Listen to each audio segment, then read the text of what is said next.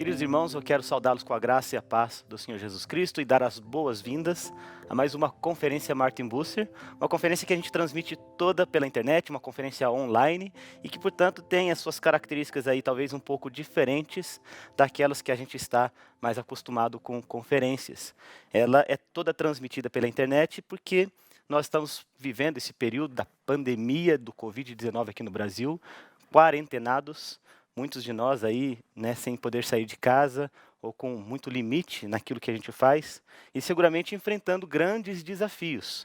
Talvez o principal deles, a impossibilidade da gente se reunir com o povo de Deus para os cultos ao Senhor. E isto é algo que traz, sim, tristeza ao nosso coração, de um lado, e impõe desafios de como nós, como povo de Deus, podemos buscar a face do Senhor em nossos lares, com os nossos cultos domésticos, junto de nossos familiares, e ainda manter o contato de comunhão com os nossos irmãos da igreja à distância. A gente sabe que isso é uma grande dificuldade, mas a gente também entende que o Espírito de Deus está em todo lugar, ele habita no meio do seu povo, ele não habita em prédios, e portanto a igreja ainda está viva, a igreja ainda está ativa, e a igreja ainda tem oportunidade de proclamar as grandes doutrinas da palavra de Deus, que transformam vidas e que fazem tão bem ao nosso coração. E é sobre isso que nós vamos falar nesses dias aqui nessa conferência. Nós estamos pensando no grande assunto da esperança. A esperança é talvez o principal tema, se não o principal, está ali como um tema de grande destaque em toda a Escritura, do começo ao fim da Escritura, nós temos uma mensagem de esperança, uma mensagem que de alguma forma nos chama a uma realidade nova e superior que só o Espírito de Deus pode promover na vida da pessoa. E portanto, a gente vai pensar um pouco sobre a esperança no contexto da evangelização. E para isso, eu quero convidar você que está aí acompanhando a gente na sua casa, acompanhando a gente aí talvez no seu trabalho, pelo seu celular ou por qualquer outra forma, de abrir a sua Bíblia no Salmo 117. E vou falar sobre a esperança na evangelização a partir deste pequenino salmo. Eu tenho aqui comigo a versão NAA, a Nova Almeida Atualizada, e vou fazer a leitura a partir dela. Então, se você puder, abra comigo a sua Bíblia, no Salmo 117, 2 pequenos versículos que dizem assim: Louvem o Senhor, todos os gentios, que todos os povos o louvem. Porque grande é a sua misericórdia para conosco, e a fidelidade do Senhor dura para sempre. Aleluia. Vamos fazer uma breve oração. Senhor, nós te louvamos, porque temos diante de nós a tua palavra, que é viva e eficaz e transformadora, e pedimos que ela fale a todos nós, que ela nos ensine, que ela nos abençoe. Em nome de Jesus, amém. Amém. Meus irmãos, este salmo é fantástico. É o menor salmo das Escrituras, mas é cheio de significado, cheio de valor, e há muito que a gente pode aprender dele. Martinho Lutero, reformador, escreveu um sermão de 36 páginas em cima desse pequenino salmo. E ele dividiu o salmo em 4 categorias diferentes.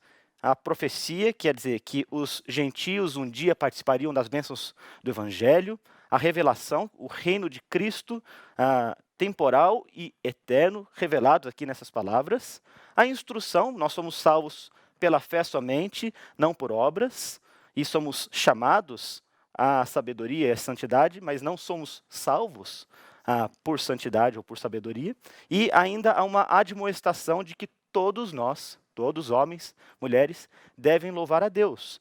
Então, apenas para destacar aqui, este salmo, embora tão pequenininho, ele tem muito para oferecer a todos nós. Nós temos muito a aprender desta pequena palavra do salmista. Há muito que a gente pode aprender sobre evangelização neste salmo, porque, de fato, e isso pode parecer um pouco curioso, sendo um texto que se encontra no contexto da Antiga Aliança, mas este salmo é uma chamada para a evangelização. O salmista está aqui chamando todas as pessoas, todos os povos, de todas as nações, todos os gentios, portanto, os não-judeus, para adorarem a Deus, para louvarem ao Senhor. E isso é algo que fala a todos nós assim como sendo, puxa, como que o salmista judeu vai chamar gente das nações pagãs para cultuarem o Deus de Israel? Mas é precisamente isso que ele faz. E aqui ele ensina algumas coisas importantes para a gente, que eu quero destacar aqui na nossa meditação. A primeira delas é que essa chamada do salmista aos povos gentios para que louvem e conheçam ao Senhor, ela implica em um conhecimento teológico do salmista sobre Deus. Em segundo lugar, ela implica também em um conhecimento experiencial do salmista sobre Deus. E, em terceiro lugar, esse salmo também pressupõe um conhecimento prático sobre Deus. E esse conhecimento prático, na verdade, é o movimento do coração de quem tem um conhecimento teológico e um conhecimento experiencial. Então, como que a gente consegue perceber este conhecimento teológico do salmista aqui no Salmo 117? Esse convite que ele faz para que todas as pessoas na face da terra conheçam a Deus, fala muito do conhecimento que ele mesmo, o salmista, tem sobre Deus. Um conhecimento, por assim dizer, bíblico, embora, naturalmente, o que ele tinha das Escrituras, o que ele tinha da Bíblia naquela altura, era apenas uma fração daquilo que nós temos hoje. Mas ele está falando coisas grandiosas sobre o Deus de Israel. Ele fala, por exemplo, dos atributos morais do Deus de Israel, a verdade dele que dura para sempre, a sua misericórdia que dura para sempre. Então, ele está dizendo que Deus, o único Deus, o Deus trino, que tem vida em si mesmo, o Deus todo-poderoso, é cheio de bondade e de misericórdia. E ele fala de um relacionamento que Deus tem com o ser humano. E coloca, assim, o homem na posição correta em relação a Deus. Porque ele declara que o homem deve louvor, ele deve esse tributo de adoração, de reconhecimento de quem Deus é. Isso, então, significa que, para esse salmista, Deus é maior do que qualquer coisa, no céu e na terra. E ele é o único digno de receber glória, o único digno de receber adoração. Ele também está dizendo, com as palavras dele, de que Deus é o único que merece todo o amor, toda a alegria, toda a plenitude de satisfação e prazer do homem. Quer dizer, é em Deus que o homem vai encontrar todas essas coisas.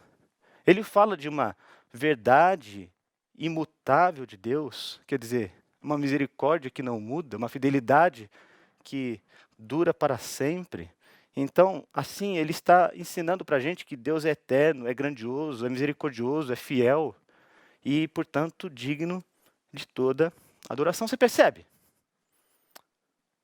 Essas palavras do salmista, no convite que ele faz aos povos gentios que adorem a Deus, pressupõem um conhecimento revelacional de Deus, um conhecimento teológico de Deus. Ele usa expressões teológicas sobre Deus, ele usa termos da revelação para falar de Deus. E a pergunta é, como é que ele sabe essas coisas todas? Como que ele sabe dessas expressões todas? Como que ele sabe acerca dessas realidades maravilhosas sobre o Deus verdadeiro? Porque ele aprendeu.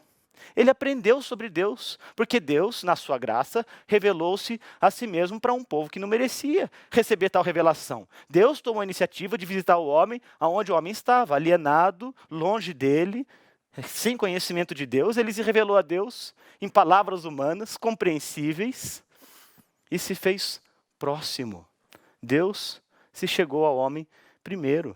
E ele entendeu, então, essas coisas sobre Deus, porque Deus quis que ele a soubesse. E ele o fez através de pactos, de aliança com o povo. Ele aprendeu sobre Deus através do ensino fiel dos seus pais, através do ensino fiel dos seus antepassados, através das palavras dos profetas, através do texto da lei. Ele aprendeu sobre Deus por meio do sistema sacrificial, através dos atos do sacrifício no tabernáculo, no templo. Tudo que ele tinha era uma pequena porção das escrituras do Velho Testamento. E mesmo aquilo não era facilmente acessível como nós temos hoje acessibilidade ao texto bíblico impresso. Ele tinha um pouquinho da Torá, da instrução, do livro de instrução. E provavelmente o que sabia, sabia de cor. Mas essa revelação que ele teve, por meio do contato que tinha com o povo da aliança, por meio da revelação dos profetas, por meio do sistema sacrificial e da lei, foi toda suficiente para que ele tivesse uma compreensão profunda de quem Deus é. E aqui eu quero fazer uma primeira aplicação, uma chamada para todos nós. Meus irmãos, minhas irmãs, que assistem a gente aqui nessa conferência, nós somos chamados a conhecer a Deus nos termos da sua revelação. Nós somos chamados para falar de Deus de acordo com aquilo que Ele mesmo fala de si mesmo nas Escrituras. Se nós queremos falar de Deus às pessoas, se nós queremos chamá-las a uma esperança viva, de um relacionamento real, verdadeiro, transformador, e que promete coisas grandiosas lá na frente sobre Deus, nós precisamos fazer isso nos termos de Deus, de acordo com a palavra de Deus. Nós temos apenas uma única fonte de conhecimento de Deus, que é a revelação dele, a Sagrada Escritura. Sem a Escritura, a gente não tem condições de falar sobre Deus. É a palavra inerrante dele, a Bíblia. É nesse lugar que nós vamos entender quem Deus é, que nós poderemos falar de Deus. E essa Escritura foi confiada a um povo. Foi confiada à igreja, ao povo da aliança. Assim como Deus fez um pacto com aquele povo de Israel no Velho Testamento, Deus é pactuado também com aqueles que se unem a Ele em Cristo Jesus. E Ele chama isso de eclésia, Ele chama isso de igreja. Por isso que a evangelização fora do contexto da igreja não faz sentido nenhum. A evangelização por gente chamada desigrejada não encontra respaldo nas Escrituras, não tem fundamento. É no contexto da comunidade dos santos, em que recebe e acolhe a palavra de Deus, que essa palavra vai ser conhecida a ponto de poder ser ensinada, de poder ser pregada, de poder ser proclamada. É na comunidade dos santos que nós conheceremos a Deus, e é somente com esse conhecimento teológico de Deus que nós podemos falar dele. Há tantos evangelistas que se dispõem de todo o coração a falar de Deus, mas conhecem tão pouco das Escrituras, conhecem tão pouco do próprio Deus, e portanto se vêem em condições às vezes muito precárias para ensinar e chamar pessoas a uma viva e real esperança. Eu estava comentando com Daniel Gardner, numa conversa agora há pouco com ele, sobre uma conversa que tive com Mark Dever, na verdade que ele teve com vários pastores, e ele fez um comentário assim que ficou na minha mente. Ele disse que o liberalismo entrou na igreja por meio da evangelização. E isso foi uma coisa que assustou bastante.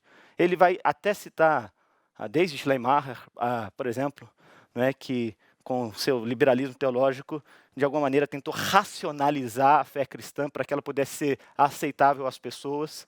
Há muitas vezes, há alguém que ele admirava muito, como Billy Graham, né, aqui eu faço essa crítica com cuidado, que às vezes diminuía tanto a mensagem do Evangelho para que ela pudesse chegar no maior número de pessoas possível, que a descaracterizava. É preciso ter um conhecimento cuidadoso, preciso das Escrituras, da palavra de Deus, para que a gente possa falar de Deus. Nós não podemos falar de Deus apenas com base nas nossas imaginações. Então, a gente vê aqui nas palavras do salmista uma chamada para que povos adorem e conheçam a Deus, mas que pressupõe esse conhecimento teológico de Deus. Mas além disso, nós temos aqui nas palavras do salmista um conhecimento experiencial de Deus, que é algo também fundamental na nossa obra de evangelização. Além de saber coisas grandiosas sobre Deus, além de conhecer a revelação de Deus, nos termos de Deus mesmo, com base naquilo que até então, na comunidade da fé, ele conhecia, ele tinha um relacionamento vivo e verdadeiro com Deus. As palavras do salmista aqui, elas expressam grande fé. São palavras de fé. Elas transmitem a ideia de um conhecimento experiencial de Deus. Ele sabe que Deus é misericordioso. Ele sabe, porque ele já tem experimentado essa misericórdia. Veja o que ele diz. É grande a sua misericórdia para conosco. Ele torna isso algo pessoal. Ele traz isso para si. Essa bondade de Deus, essa misericórdia de Deus, essa fidelidade de Deus que dura para sempre, é alguma coisa que ele mesmo, na sua experiência, na sua caminhada, experimentou. É algo pessoal que afetou a sua vida. O salmista vai dizer, agora, num outro salmo, o Salmo 34, que Deus é bom e que nós somos chamados a experimentar a bondade de Deus. Ele diz assim, provai e vede que o Senhor é bom. O apóstolo Pedro vai fazer referência a essa passagem em um outro lugar. E aqui então, o que a gente percebe das palavras do salmista é que ele sabe que a misericórdia de Deus é grande, que ele sabe que a fidelidade de Deus dura para sempre. Ele sabe que Deus é bom.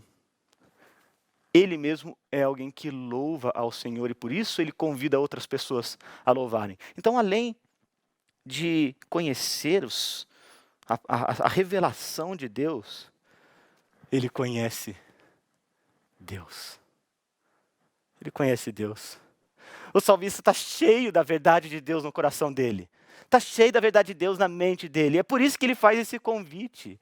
Para que outras pessoas, de outros povos, de outras nações, os pagãos, aqueles que não tinham contato com o Deus da aliança, aqueles que não tinham contato com a Torá, com a instrução, aqueles que não tinham contato com o sistema sacrificial, aquelas pessoas que estavam completamente distantes e alienadas de todo o sistema revelatório de Deus, ele chama essas pessoas a conhecerem Deus nos termos de Deus mesmo e a louvarem ao Senhor, porque isso faz parte da experiência de vida dele.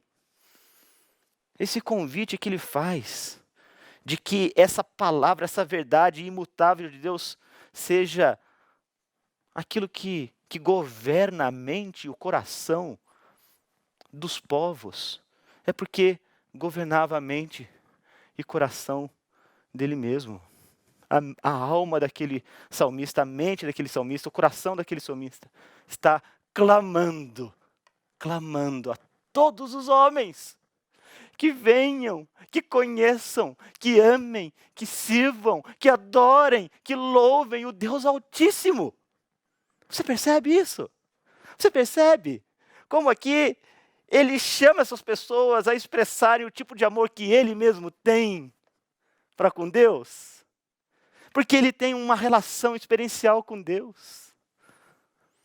Ele conhece o Deus verdadeiro, ele ama o Deus verdadeiro, ele louva o Deus verdadeiro de todo o seu coração, toda a sua alma, toda a sua força, todo o seu entendimento. A evangelização eficiente vai ser aquela que parte do coração transformado por Deus, de alguém que conhece a palavra de Deus e que ama o Senhor de tal maneira que ele não consegue ver outras pessoas adorando muitas vezes a si mesmas. Não é? A essência da adoração é aquela da pessoa que lembrando a linguagem de Romanos, que esfrega literalmente a sua barriga no chão. E muitas vezes para quadrúpedes, e para astros e estrelas, e para si mesmo. Que é a idolatria. E aqui ele chama então, homens e mulheres pagãos que se curvavam diante de estátuas, totalmente destituídos da glória de Deus, a que conheçam o Deus verdadeiro, o Deus de Israel, o Deus que se revela, e que entrem em uma relação pactual com Ele, uma relação de amor e de adoração e de culto.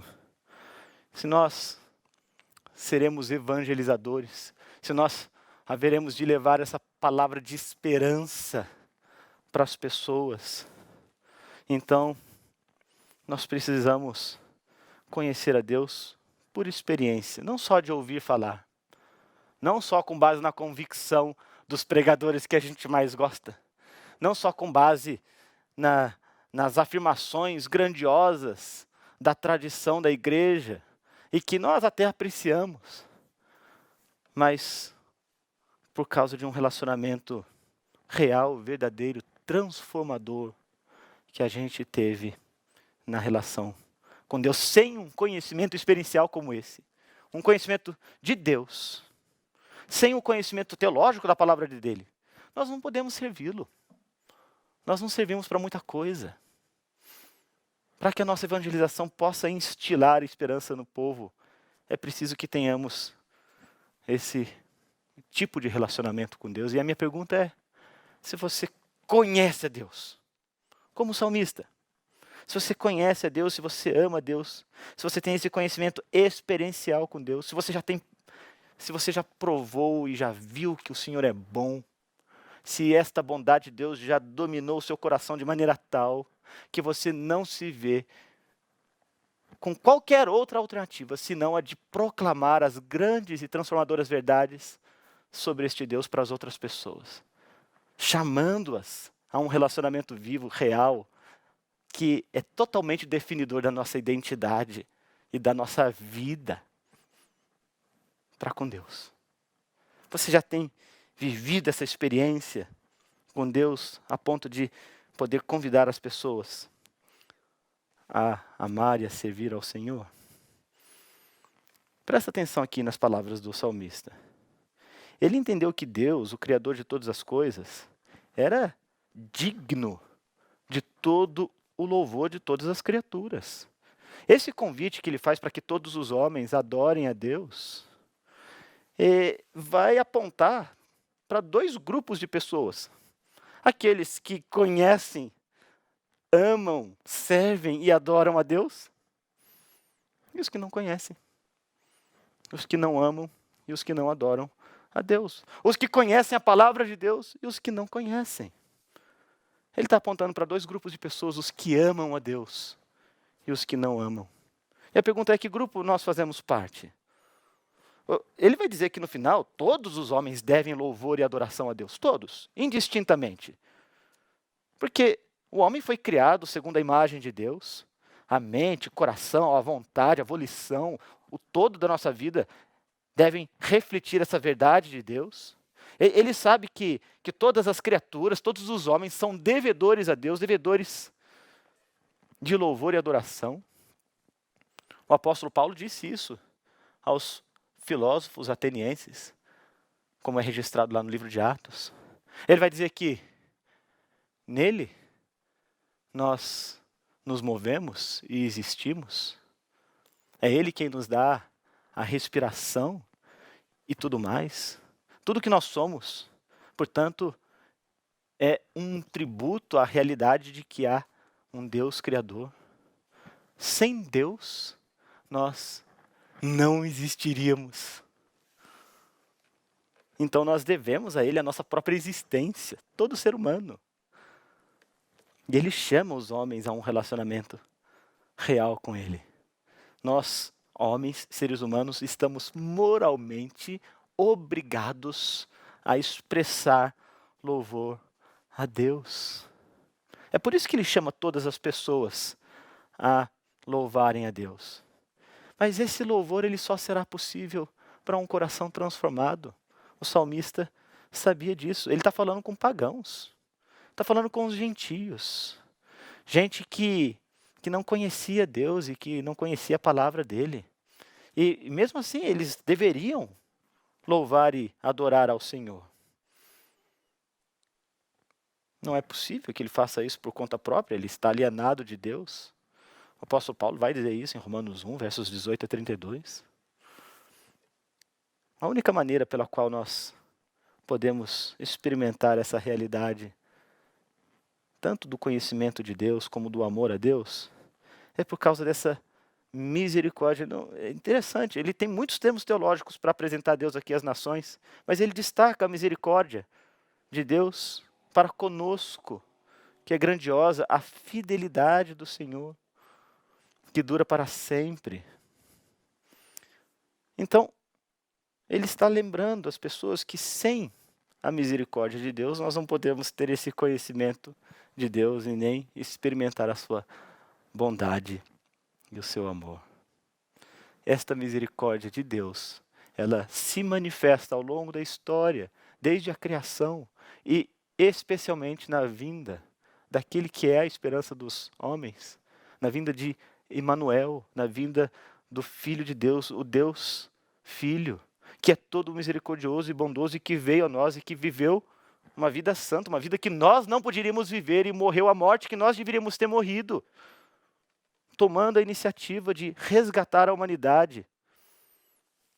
Ele veio com misericórdia, ele veio com graça, veio com grande misericórdia para transformar os corações dos homens.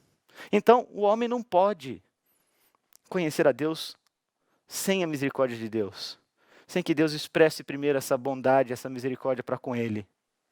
E esse convite, então, do salmista para todos os homens virem e adorarem a Deus, é um convite para que nós conheçamos também essa misericórdia que se manifesta na pessoa do Senhor Jesus Cristo. Mas em terceiro lugar, e caminhando aqui para a nossa conclusão, esse conhecimento de Deus, teológico, experiencial, ele tem uma dimensão prática. Quer dizer, uma vez que nós conhecemos a Deus, nós temos a sua revelação, uma vez que nós fomos transformados por Deus e vivemos uma relação de comunhão com Ele, nós também somos chamados a ser práticos no ministério, no serviço, sair da nossa zona de conforto e abraçar a chamada de Deus, de sermos sal e luz para testemunhar a um mundo perdido, que aliás é o que o salmista faz aqui. Nos tempos da velha aliança, normalmente as nações gentílicas, as nações pagãs, eram nações inimigas. Eram povos que queriam destruir o povo de Israel. Esta chamada dele aqui aos povos gentios tinha em mente não os povos longínquos que ele nem conhecia. Não. Quando ele fala de gentios aqui, ele está falando dos povos que ele conhece, os vizinhos dele, os vizinhos da nação de Israel.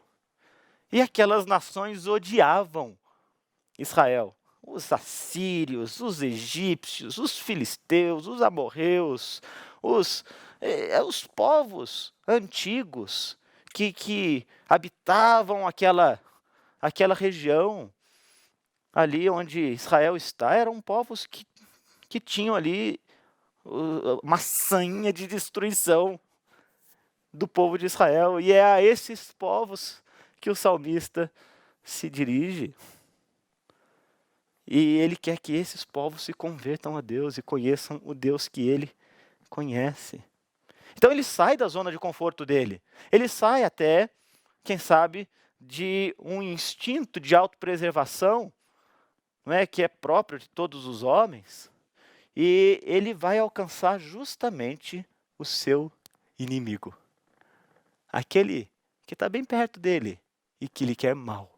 É a este que ele se dirige. Você percebe? A evangelização precisa ter esse tipo de atitude, de movimento de alma, de coragem. Às vezes a gente pensa na evangelização como uma coisa assim, um tanto romanceada, não é? E a gente imagina povos muito distantes, não é? Para os quais a gente, quem sabe, possa ir e falar de Cristo, quando muitas vezes a nossa chamada é para falar de Jesus para o vizinho que mora ao lado e que é barulhento, que ouve música alta, né, e que incomoda a gente. E a gente não pensa tanto nesse vizinho como alvo da evangelização. Mas foi assim que o salmista agiu. E é assim que nós somos chamados a agir também. Né? E é assim que a gente vai se tornar transtornadores do mundo. Não foi assim que chamaram o apóstolo Paulo? Não é? É uma boa acusação para a gente ter. Não é? Foi dito acerca do apóstolo Paulo, dos seus seguidores, de que eles estavam virando o mundo de ponta cabeça, de que eles eram transtornadores do mundo. Nós temos de ser como ele. Essa é uma boa acusação. Porque afinal, gente, e atente para isso, nós temos a mensagem mais poderosa da história da humanidade nas mãos, que é o Evangelho de Jesus Cristo. Se você é alguém que ama ao Senhor, alguém que conhece ao Senhor, alguém que deseja chamar as pessoas para adorarem ao Senhor, então você tem nas mãos uma mensagem sobrenatural, que não é sua, que não é de sua autoria, que você não pode adulterar e nem mexer, mas que tem poder para salvar almas, para arrancar as pessoas da idolatria de si mesmas, da idolatria do mundo, da carne do diabo, e levá-las para o reino do amor de Cristo. É a mensagem do Evangelho, uma mensagem poderosa, o poder de Deus para a salvação de todo aquele que crê. Essa mensagem é poderosa. E é com essa mensagem, então, que nós alcançamos todos os povos. É a mensagem mais importante da história da humanidade.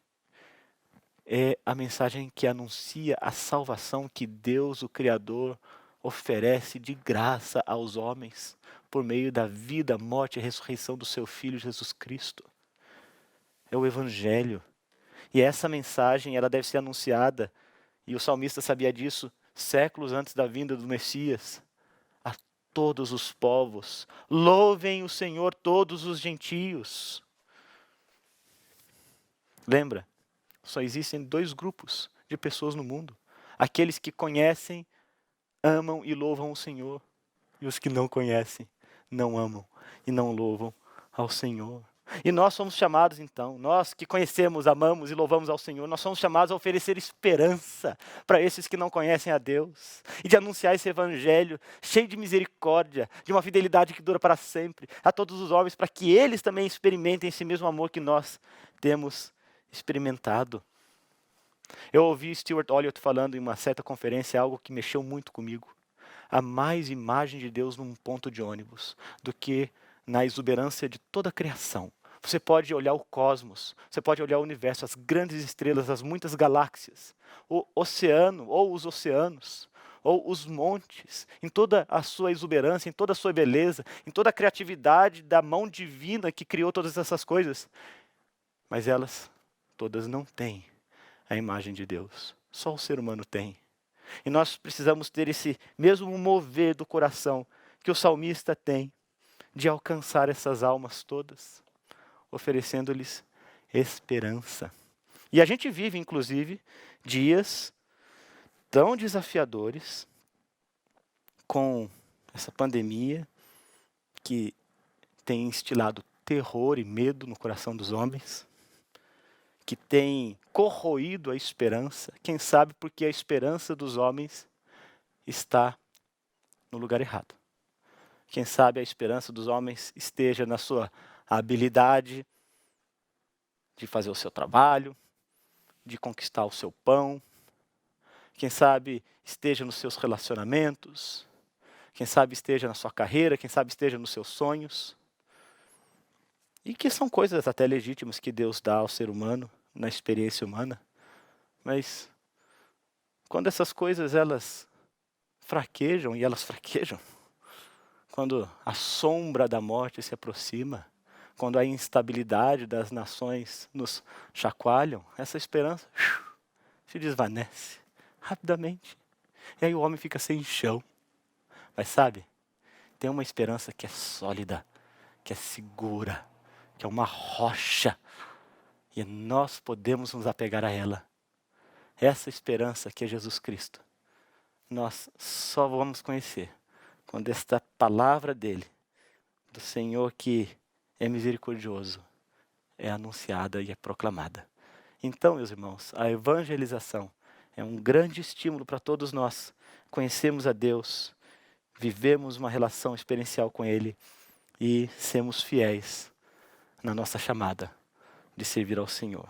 Que Ele nos ajude, que Ele nos abençoe, que Ele fortaleça a nossa esperança e que Ele seja conosco.